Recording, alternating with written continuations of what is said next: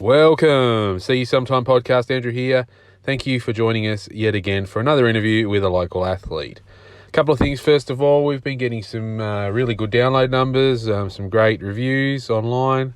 Got a couple of one-star reviews. I know who they're from. Thanks for that. But yeah, if you take some time on Apple Podcasts, if you're listening, give us 5 stars. We've got to fix that rating back up. Hopefully you've enjoyed our last few episodes as well. So thank you very much for your support. Today's episode, we are interviewing local PT by the name of Nick Shearer. So I met Nick at Everytime Fitness or Anytime Fitness. Well, then it was Orbit Fitness, and now it's my gym. And he spent over 20 years working there, and he still does a little bit of PT, but very experienced PT. He also did some personal training out at Bell Bay. He's trained everyone from local people just trying to lose weight up to elite athletes, including a couple of world champion woodchoppers, which he talks a little bit about in this chat. Nick also was very, very good cricket and footballer, though he plays that down quite a bit in the chat. Just a good country guy from Scottsdale that I've had the pleasure of knowing and dealing with. I didn't think he would come on the show. He thought I was scraping the barrel asking him, but he was one of the first people I wanted to talk to because I think he's just a really nice person. He's got a really interesting bunch of stories. He's a good talker. And just it was sort of fascinating to hear the ins and outs of how he got into personal training and a little bit of how it works. So I know a lot of our listeners are runners, but I think there's some handy hints and tips there. He has trained some runners in the past, and I think you can take a lot out of this chat with Nick. So as I said, like us on Instagram, Facebook. Give us a rating if you've got time, but hopefully you'll enjoy this chat with Nick. This is part 1 of the chat, or part A. I can never remember what I'm going to call them. I've just divided it in 2 again, just for time purposes. So this first part, he talks a little bit about growing up in Scottsdale, playing cricket with some pretty high-level cricketers, including Sean Young, who played a test for Australia. So Nick must be a pretty good cricketer. Becoming a father at 19, and a few other things in his life and how he sort of started to get into the PT journey. Then part 2 will be more about his time as a personal trainer. So here, without further ado, Nick Shearer. Here today with us is Nick Shearer, and I'm just going to quickly run through our podcast questions. Straight to the point. Let's go. Well, for those of us who don't know Nick. You meant to say welcome, Nick. You do that in intro. Did you wait for here to... Anyway, go ahead. Well, I'll let you go. Fuck it up as usual. Thank you, Lee. Thank you, Andrew. Okay. Single or partner? Kind of partnered at the moment. Yeah, no partnered. Would you mind if she listened to this later? Or? No, I reckon she'd be pretty happy provided I give her a rap. Do you have kids? I've got 3 lovely children. My eldest son's 33, lives on the mainland now. I've got a beautiful 15-year-old daughter and a wonderful, precocious 8-year-old son. A bit of an age gap there between them. I've worked out what causes it. Yeah. And you're a grandfather, aren't you? Oh, I'm a grandfather. Well done by you. Yes, I have a little grandson who lives in Melbourne. Yes. So leading on to that, how old are you? If you'd like to divulge that information. Yeah, I don't mind divulging that. I'm old enough to be a father figure to one of the presenters. Hosts. Yes. I'm almost 53. Okay. That's still pretty young to be a grandfather, though, isn't it? Well done. Thank you. Yes. Well, you got started early. Done a good job. And where did you grow up? I grew up in the thriving metropolis of Scottsdale. I'm a Scottsdale boy. Lived on a farm a few kilometres out of Scottsdale. It was a wonderful, wonderful way to grow up. So what did you do? Ride your bike to school and that sort of stuff? Did you? Or walk to school a few Ks? Far too lazy for that. No, my mother worked at the school, and I used to live with her most days. Yeah, okay, fair enough. Favourite sport to play as a child? As a child was typically football and cricket. Yep. And do you have a favourite sports team? So it would have been Scottsdale Magpies, or would have been AFL? Scottsdale Magpies, but the wonderful Carlton Blues. Yep. Who got you stuck onto them? I don't know, to be honest. Were they successful when you were growing up? Absolutely. I just think it's the way all young Soapy fellas... I think all young blokes do that. I just started following the Blues and yeah. Unfortunately, you've passed it on to your youngest son, who hasn't seen any youngest son success. is he thought at one stage that we were a second division side playing in the NTFA, but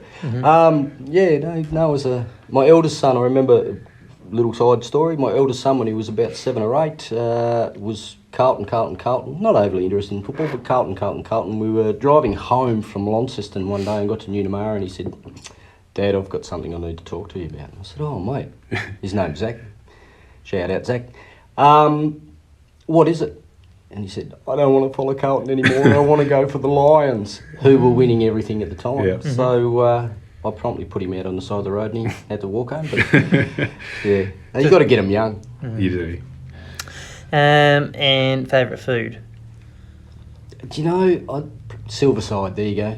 Okay. My grandmother used to cook a good Silverside, yeah.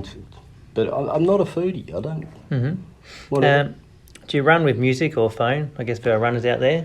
Or do you just go solo? For everyone listening out there, and Andrew will attest to this, I run if I'm getting paid. Mm-hmm. No, I don't listen to music.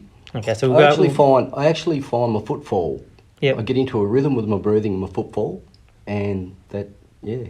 So do you want to just share with us what your occupation is then? While you sort of almost touched on it there? Well, my occupation, I've been a personal trainer for 20 odd years until recently, where I decided I'd like to have a little change, getting older and a few injuries, and decided I needed. Very difficult to make a full-time living as a PT. I was very, very fortunate that I did it for 20 years, but I'm working in landscaping now, which is nice. Yep, nice change. Yeah. And I still do. I'm still PTing and taking classes. And so you do the occasional ones, do you? Or special I've still got some special clients. Yeah, so got road or trail. Do you do any haven't done any trail running or mostly road running? It's interesting because as a PT, you sort of have to tailor things to what your clients' needs are.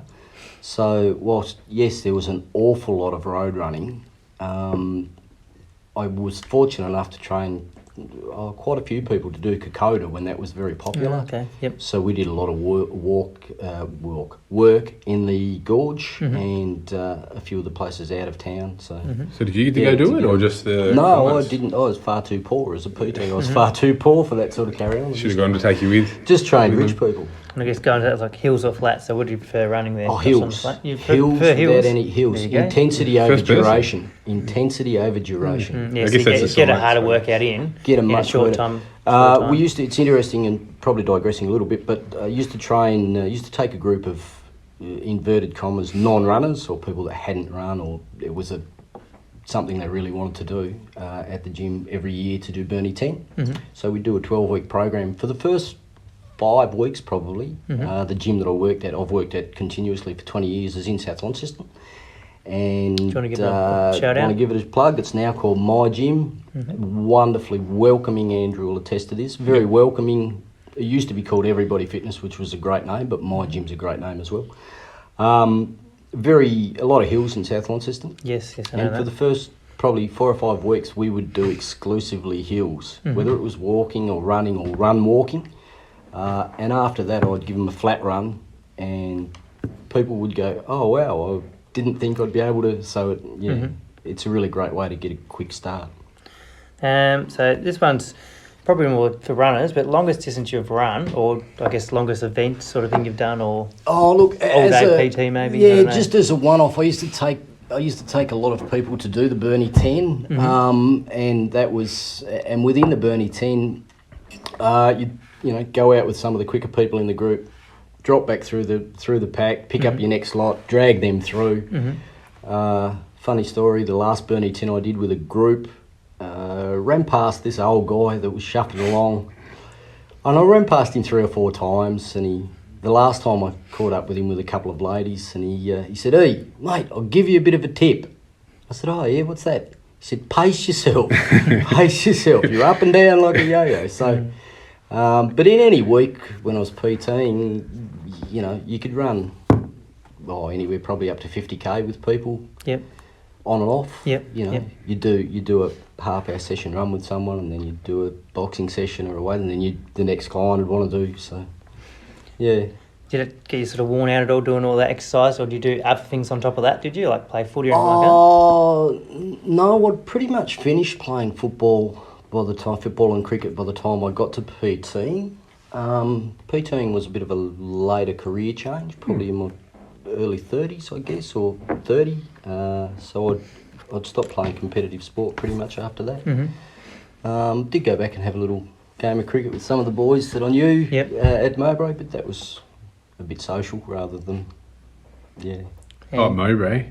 Yeah. So did you get to play with Ricky Ponting at Mowbray? No, Ricky's a bit younger than I am. I was really fortunate. When I come in from Scottsdale, I started playing NTCA cricket when I was A-grade cricket when I was 15. Come in out of the bush and played at South Launceston and loved South Launceston.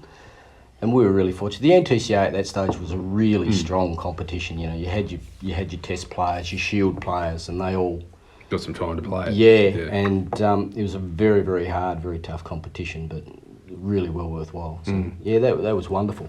And progressed through that with some really, really good cricketers. Sean Young, Ali De Winter, a lot of Michael Farrell, a lot of guys that went on and represented the state. Yeah. Played, under 15, under 16, under 19 state. So, yeah, and then become a father at 19. So Yeah, right. that all come to a grinding halt. Fair enough. Was that because of your cricket prowess you were able to impress the ladies? Absolutely no. That was because I had a luxurious mullet at the time.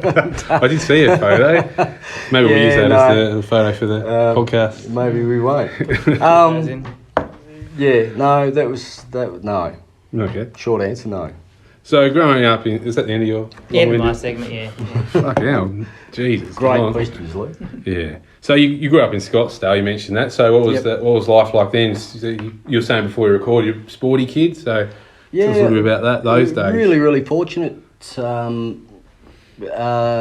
been asked over the years, what's the number one thing, what's the best thing if we want to pick your parents well? Yeah. Get good genetics. It's, I don't care what anyone says, you can't beat genetics. That's why AFL footballers are AFL footballers, because they are in that, in that minute percentage that are going to be physiologically able to perform. My dad was a very, very good sportsman, apparently. He doesn't talk much about it. My mum was also a very good sportsman. My family, my dad's brother was a very good footballer, and my mum's brother was a state footballer. So were you the youngest in the family? Oh yeah, I was the youngest of two. My sister Tracy's 8 years older. She was pretty good. So you good at running, and your parents sort of retired by the time you. I never saw them play anything. My mum played a bit of hockey and tennis. My mum was a good tennis player too. But we were exposed at that stage through the early 80s and mid 80s. We were exposed to everything. You just did everything. You went and played tennis after school. You played football on the weekends or cricket. Badminton, squash, just anything that was going on in the town. You do that rather than be at home. And you would have travelled a lot, I guess, been at Scottsdale for away games and whatnot? Did you? Or did you play mostly in town? We played, when I started playing senior football at Scottsdale, we started in the NTFA, the original NTFA. I started in the original NTFA, which again was a very, very good competition. We had ex-AFL players. Ex-AFL players would come down and for the money and play with us and against us, so that was always good. What sort of position would you have been playing back then? Like midfielder, defender? I played a bit on the wing, I played a bit in the centre, I played a bit off cross half back. Just wherever I was. Runner across the ground sort of thing, or?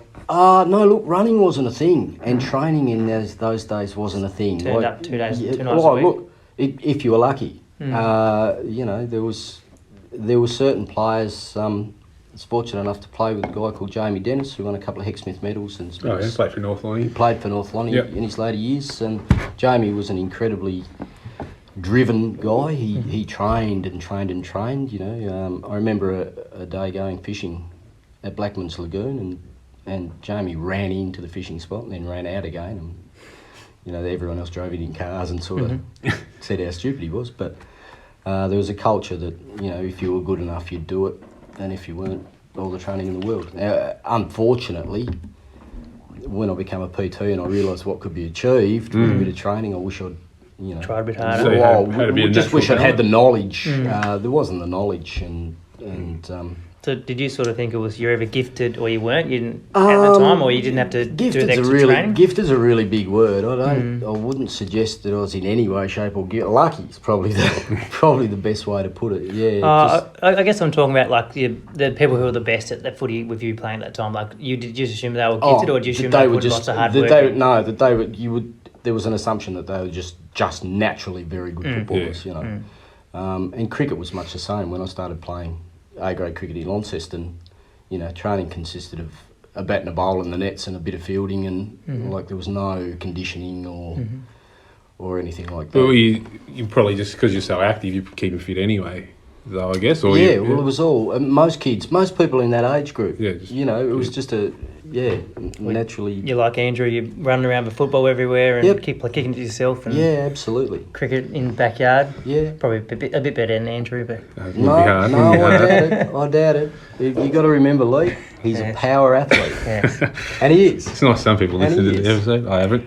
So growing up in the age levels, were you like a standout at those levels? Not at all. So you were just progressing. There are your age, kids, a lot of kids that were much, much, much better than me. So how'd you get to the top level at Scottsdale? Just because there's only 18 players there? Yeah, probably. No, I don't know, to be honest. Must have been all right. Then. I don't know. I just lucky, just fortunate. There was heaps of guys that were much better, in my opinion, than I ever was. Cricket's the same deal, and I think there are so many people that slip through the net. I had one of my best friends growing up. Now, I played a lot of NTCA cricket with the top line Shield guys, Test guys. Played state cricket. Yeah. There's a guy at Scottsdale called Jason Dilworth who was the quickest kid and the best bowler that I ever faced, and in my opinion, humble opinion, would have at least played Shield cricket if not international cricket. Yeah. Just didn't want to, didn't have the desire, and you've got to. He didn't want to leave Scottsdale. Or? No, he was happy doing what he was doing, and you've got to sort of take your hat off, or you've got to give him his dues that he stood by. Like I cajoled him and tried to get him to come into town, but they didn't really have the pathways as much though then, like the academy and all of that. There were no pathways. My mother will tell you that she drove a lot of kilometres to take me to town because it was a bit unusual for a kid from the bush to come in to town. Like the sidling was this barrier that you drove over of a Saturday at lunchtime to go to York Park to play football. And then you drove home. It was like a fortress. Yeah.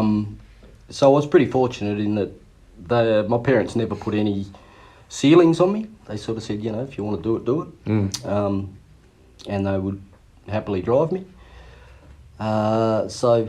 Just really, really fortunate. We had a school teacher at Scottsdale called Kevin Doherty, who is the uncle of Xavier Doherty. Yep. And Kevin sort of wanted to get cricket off the ground out there, so he dragged us around in a school bus and brought us to Launceston to play against. Otherwise, you wouldn't have had the exposure. No. And then Ted Richardson from South Launceston, who's the late Ted Richardson, saw me play and said, would you like to come and have a go in the country week or the under 16 or 14 week, I can't remember now. I said, yeah, why not? I've got nothing better to do. And was lucky enough to hit a ton one day on the NTCA ground in that, and then they said, well, come Short boundaries, though. Short boundaries. There must have only been 3 or 4 other kids on the ground at the time. And yeah, but no, just got lucky. Just lucky, like sliding door moments where things fall into place for you without you really having to, a lot of it's luck. So at this stage, you're still living at Scottsdale. Still living at Scottsdale. But your parents are driving to town just to play cricket on the weekends. Yeah, they'd run me to town on the weekends, or some of the guys from South sort of took some of the older guys, took me under their wing, and the late Ian Young was curator at the NTCA ground, and as I said, his boys were all very, very good, and I was quite good friends with Sean, and so I'd, on the odd occasion, stay with the Youngs, and it was a wonderful experience looking back on it. Like as a 15, 16-year-old kid, you're playing they had the inception of the Kookaburra Cup knockout, which is a one-day competition that they'd play over Sunday, and we jump in a bus and travel to Hobart and play Clarence for argument's sake, and you'd have Roger Woolley and Mick Tame and all this, and this guy called Richard Ellison was the English opening bowler at the time. Where's this little country kid gonna get?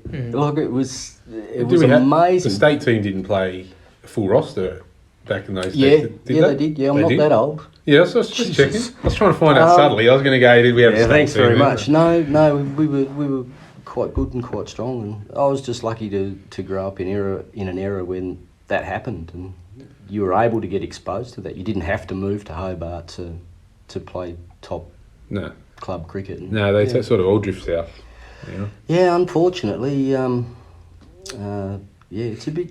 My dad will say my father played in Scottsdale's first ever state winning NTFA football side, and he will now say, like the NTFA, we look at the NTFA now and we're playing Bracknell, and which is no disrespect to them. I think it's fantastic that they're still going around, but at that stage, your NTFA, your NWFU and your TFL, you had 3 regional competitions that were really strong. Yep. Really strong, and if you could play there, you could just about play anywhere. So, well, I think we're going to test to the NTFA, like Division 2 decline, because we were able to turn up, Lee and I, at about age 28 and beg us to play, and we're pretty hopeless. So yeah, I doubt that, but yeah. It's just, I think it's a combination. I reckon it's a combination of people have more activities now. We have more choice. We have more choice. And it's hard to get people to 20 years ago, there weren't park runs for people to go and do park run, or there weren't triathlons. Yeah. There weren't things that people could. You either played football or cricket. I think the thing, like when I was at the club, I was at OL for about 5-6 years, and the thing is, kids play junior footy, even school footy up to grade 12, and then they stop. Yes. And then they don't play footy again. Yeah. Because they're a bit concerned about playing against men, and that probably turns a few people off. Yeah, I understand. I know Old Scotch had a pretty good pathway with their juniors, getting them into there, and they end up getting grammar juniors playing with them as well. So it's about building the relationships, I guess, with the schools to get them to go through. To keep coming. Yeah. Once they finish. It's the kids at 17, 18, 19 that now, I'm going to sound like an old fogey, but have flash cars, and they're off doing this and they're off doing that. And probably on drugs, some of them. So. You said that. That was Andrew said that. Driving. Well, I know from at work, like we get young guys, and it's sad to see, they're not going to be playing cricket because they're scoring on the weekend. Yeah. Well, and the other part about it is there was coming through at that age, there was a little bit of prestige involved with it. Like it was something to do, and our social lives revolved around. I know at Scottsdale, you'd play football in the afternoon, and then you'd go to the club rooms in the evening, and that's what happened in the winter. It was. You mentioned a few names, like you mentioned Sean Young's dad, Ian, isn't it? Yeah, and a couple like the guy who gave you a lift. Do you think there's still those passionate grass level community guys who are the fabric? I reckon there definitely are. I reckon they exist, and I think they're spread out over different. I see your Facebook posts. Look at you. So many Facebook posts, but volunteering for parkrun and things like that. You guys who do that, Lee's done it twice in 150 runs. That's good. Well done by Shit you. house. Anyway, people doing that sort of thing are just as I think that's wonderful. I think if you can give back to what you love, it's a great way to bring the next generation. You're doing it with your kids. You're doing it with the girls. For cricketers, there's probably that many cricketers who go from cricketing to umpiring ever, I guess, is there? It's more, not a really. niche sort of thing, isn't it? Yeah, which is a bit sad. I mean, in between finishing playing reasonable football, I had a couple of years in the bush umpiring. Yep. And I really enjoyed that. That was great. You umpired on your own. Yep. So you had the entire game, and and it gave you a great perspective on what on how we treated umpires over the years. Yeah. You can't have a game without officials. So So with the footy and cricket, you're going in a young age playing with men. What was that like for you, and what influence did it have on you? It kind of taught you to keep your mouth shut. I think it was fantastic. I had no problems. I got cleaned up a couple of times, but I think you matured quickly in that regard. Yeah. Not in everything, but in that regard, you know, you watch the other guys and you learn off them, and I think if kids can, it's a really good way to do it. I don't think now that there's probably enough of that, you know. Probably stop them from doing it.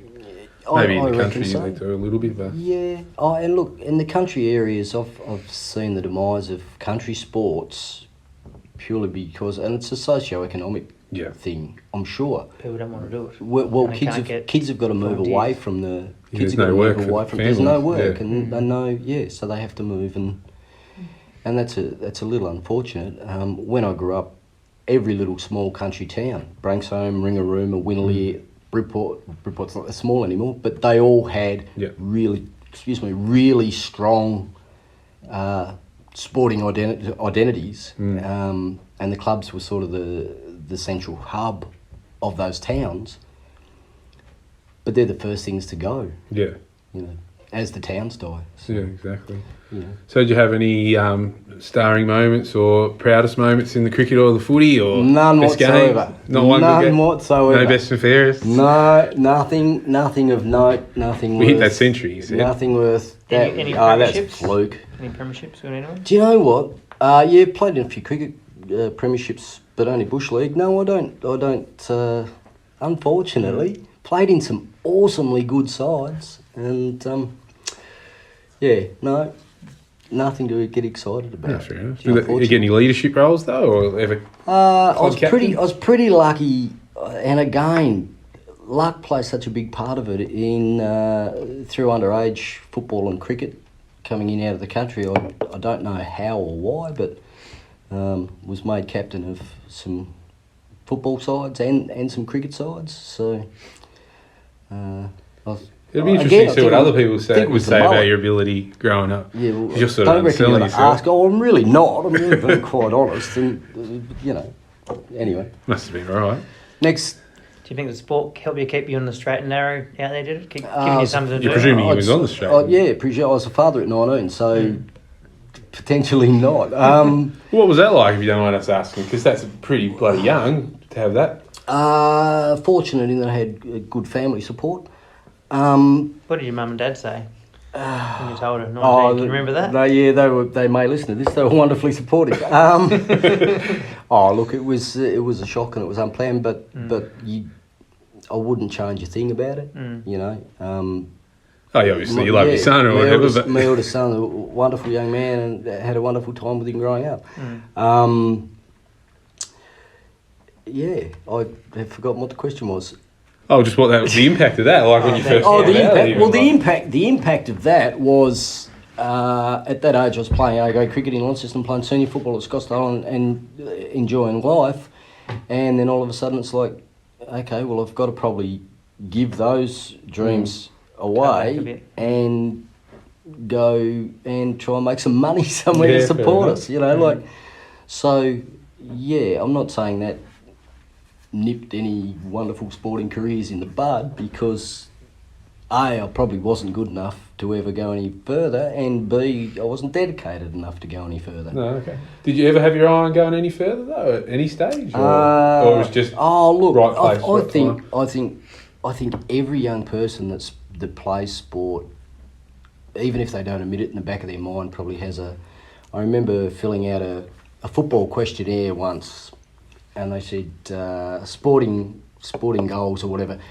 Everybody that had done it before, play AFL football because that's what. And I put play Sheffield Shield cricket. Yeah. And it's like, what? And in hindsight, that was ridiculous. But yeah, I would have liked to. And I guess becoming a PT sort of was the way to fulfil. Keep active and Well, more so, it allowed me to turn something that I really enjoyed, the sports side of things, into a career. Yeah. So I guess, and the thing about it is, a professional sports career is relatively short.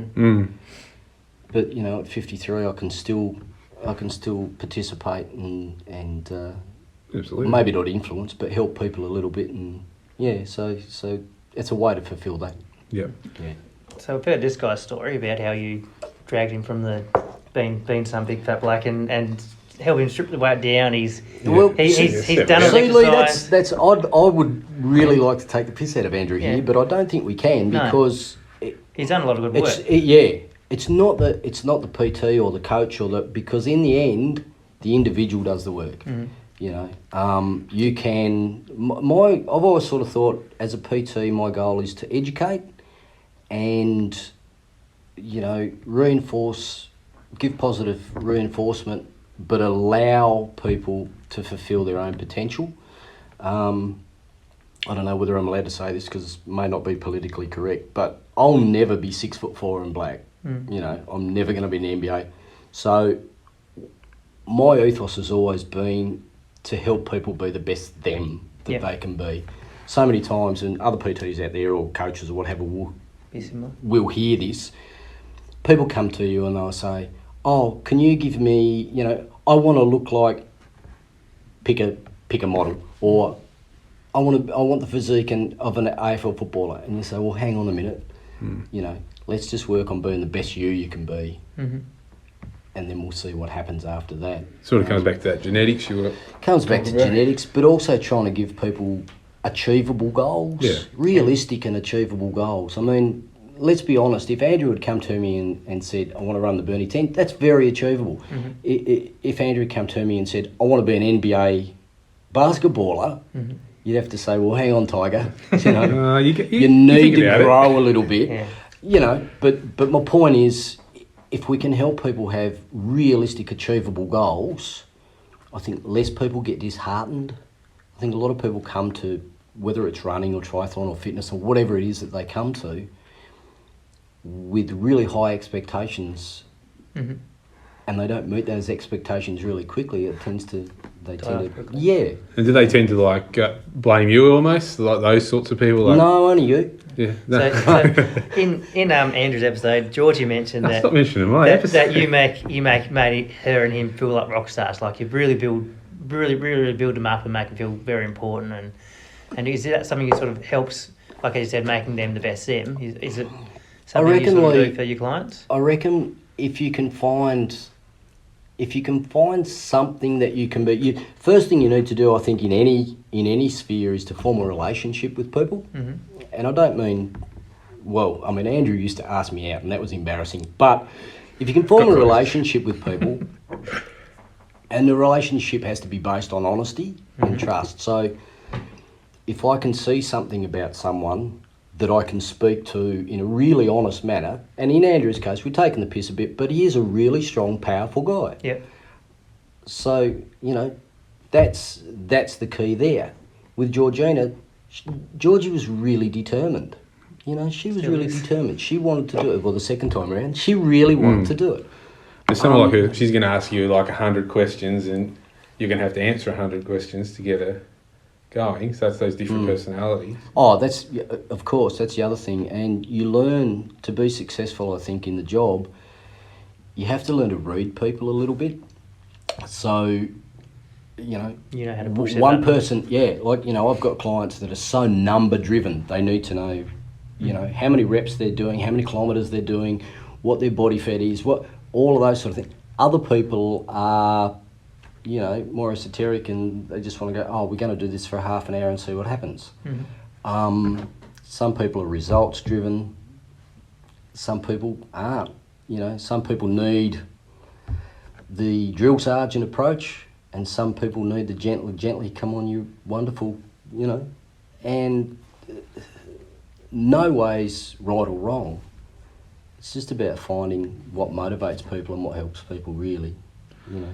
So you mentioned how you sort of got into that career because it filled a sports gap, but like, did you have to go off and study for long, or what? So tell us a little bit for people who wouldn't know how you get into that industry. Okay, so what I did was I did my certification through the University of Tas with the Doctor of Human Movement, Peter Rehor, when he was here many years ago, and that was wonderful. Peter was really, I think he was Scandinavian and had a cross-country skiing background, but he was really motivated to help people. I had been made redundant at the time. I'd been working in a job and we'd been made redundant. So I thought to myself at that stage, what do I really want to do? You know, do I want to drive a truck or what do I want to do? So I looked into it a little bit, decided that's what I wanted to do. I'd been quite crook as a young guy, you know, from about 15. While I was playing all this sport, I had a lung condition, a lot of people don't know about, and I'd seen a lot of doctors all over Australia and what have you, and I had epiphany's not the right word, but I decided to myself one day, like I was at the stage where there were days I couldn't get out of bed. Didn't want to move, didn't want to, you know.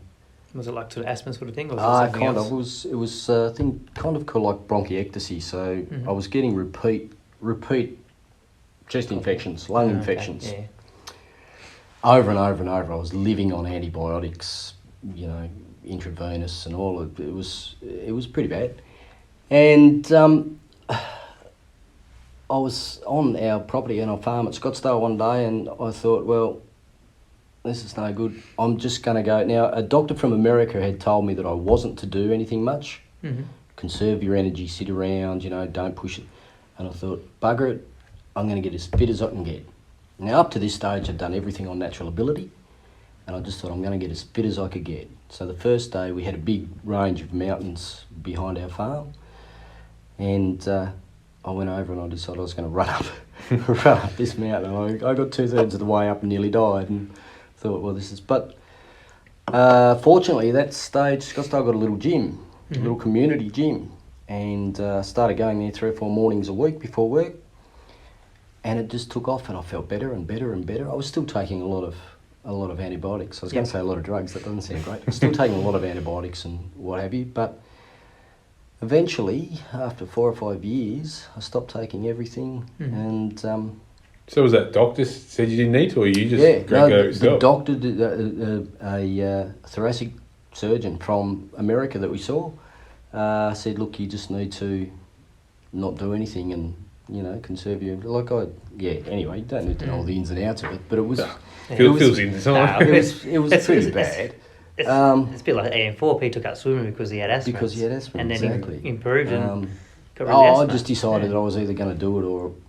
You know, let's see. You want to do something. Let's see. You want to try. Yeah, exactly. Let's give it a crack and see what happens. What's the worst thing that you can happen? You can fall down in a heap and, you know, so... Oh, people do, I mean, we don't pry on your life, but people do like that sort of thing out of the small listeners we have, because there's some people out there listening who go, oh, shit, I've never thought of that, and take it on board. They might be a similar position you are. You might be an inspiration. Just let me put it, I'm not a doctor, so... I'm not suggesting some sick people go run up a bit. You know, so... But you can pronounce thoracic though. It was oh, well, there you go. I googled that on the way in. No, it was just again one of those sliding door moments, I think, where you could either have said, okay, I'm going to listen to this guy, and which you probably should. Anyone out there that's not worried to do what your doctor says, but I just decided that that's what I was going to have a crack at and see what happened. Yep. So I did a fair bit of fitness work. I'd stopped playing all sport, but I did a fair bit of fitness work, and I just felt better and felt better and felt better, and thought, well, you know, let's just stick with this. And then at that point in time, a young guy from Western Australia came to work in Scottsdale, and he was a second or third Dan jiu-jitsu instructor, and I thought, that might be interesting to have a crack at. So I went and started training with him, which I absolutely loved. And then came into Launceston and started working for a guy called Paul Carswell, who had the boxing stuff at Everybody Fitness, and enjoyed that, and got into that side of things, and purely from a fitness side of thing, not from anything else. I'm a big coward, so... Haven't been any fights at all? No, just never. Training and Andrew beat me up one afternoon, and that was the end of it for me. And I actually found a post where you said I punched like a girl one day. You're looking for one where you beat him up, were you? Yeah, there wasn't one like that. yeah. And that just progressed, and even that sliding door moments, even that, was fortunate enough for a couple of years, for 18 months, to do some work with Graham George, who was Dan Gill's boxing coach. Worked for Graham for a little while, and we were fortunate we had Anthony Mundine come into the. Now, regardless of what people's opinion is of Anthony Mundine, to see a professional. Well, I found him to be a very nice man, but Pretty skilled, play multiple sports. And a wonderful athlete, an absolutely wonderful athlete, and to see that elite, to see what they do when the cameras aren't on them, that was really, really worthwhile. So did you get to actually train with him at all? No, I wouldn't. No. He. All right, that's the end of part A of our chat with Nick Shearer. He picked that song at the start, not me. He didn't want me to put a girly song in, so I promised him he could pick the song, Unrepentant by Steve Earle, whoever that is. I've never heard of him, but maybe some of you like a bit of boot scooting or whatever the hell that music was. He was worried I'd pick a girly song, but Nick picked all the music for this two-part podcast, so these are Nick's favourite songs. So thank you for listening to part A. We'll go out with one of Nick's favourites, and we'll see you for part B. Thank you.